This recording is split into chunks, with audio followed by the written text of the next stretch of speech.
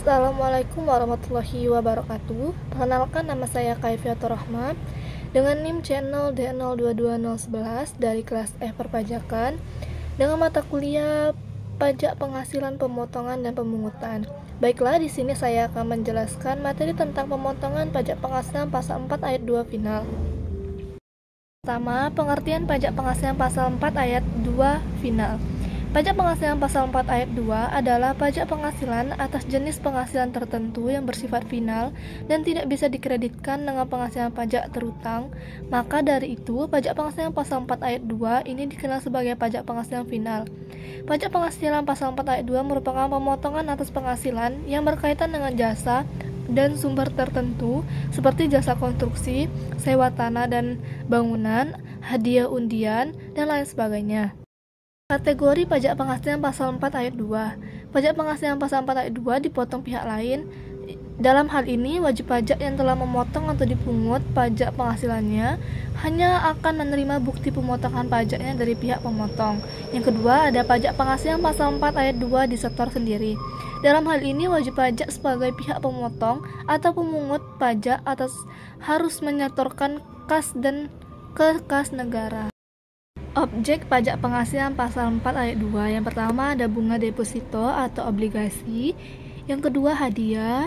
Yang ketiga transaksi saham atau surat berharga. Yang keempat pengalihan harta, sewa tanah dan bangunan. Yang kelima penghasilan tertentu lainnya. Tarif pajak penghasilan pasal 4 ayat 2. Yang pertama, tarif sebesar 20% dikenakan atas bunga, deposito atau tabungan. Yang kedua, tarif sebesar 10% dikenakan atas bunga simpanan. Yang ketiga, tarif sebesar 10% dikenakan atas dividen. Yang keempat, tarif sebesar 10% dikenakan terhadap persewaan tanah atau bangunan. Yang kelima, tarif sebesar 0% sampai 20% dikenakan atas bunga obligasi. Yang keenam, tarif sebesar 25% dikenakan atas hadiah undian atau lotre. Yang ketujuh, ada tarif sebesar 0,5% dikenakan atas transaksi penjualan saham sendiri. Yang kedelapan, tarif sebesar 5% dikenakan atas pengalihan hak atas tanah. Yang kesembilan, tarif sebesar 0,1% dikenakan atas transaksi penjualan saham. Yang kesepuluh, transaksi sebesar 2,5% dikenakan atas transaksi derivatif berjangka panjang. Yang kesebelas, tarif sebesar 1,75% dikenakan terhadap pelaksanaan jasa konstruksi kecil dengan sertifikasi. Yang ke-12, tarif sebesar 2,65% dikenakan terhadap pelaksanaan konstruksi menengah dan besar. Contoh soal pajak penghasilan pasal 4 ayat 2. Kasus yang pertama, Aditya menyimpan uang di bank ABC dalam bentuk deposito sebesar 100 juta dengan tingkat bunga 12% setahun. Atas deposito tersebut, Aditya menerima bunga setiap bulan sebesar 1 juta.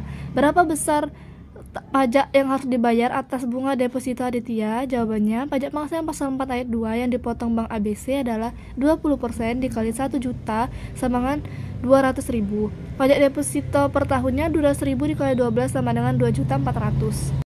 Soal yang kedua, Alice K memiliki tabungan di Bank Monetalk Indonesia dengan saldo rata-rata bulan Juni 2017 adalah 450 juta. Bunga yang diberikan oleh Bank Monetalk Indonesia adalah 9% per tahun. Bunga yang diterima Alice K pada bulan Juni 2017 adalah 3.375.000. Bagaimana kewajiban pemotongan atau pemungutan PPh terkait transaksi tersebut? Jawabannya, pajak penghasilan pasal 4 ayat 2 yang dipotong oleh Bank Monetalk Indonesia pada Juni 2017 adalah 20% dikali 3.375.000 sama dengan 675.000.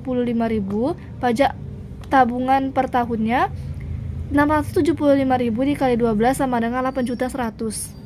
Sekian presentasi dari saya, lebih dan kurang saya mohon maaf. Saya akhiri wabillahi taufiq wal hidayah. Wassalamualaikum warahmatullahi wabarakatuh.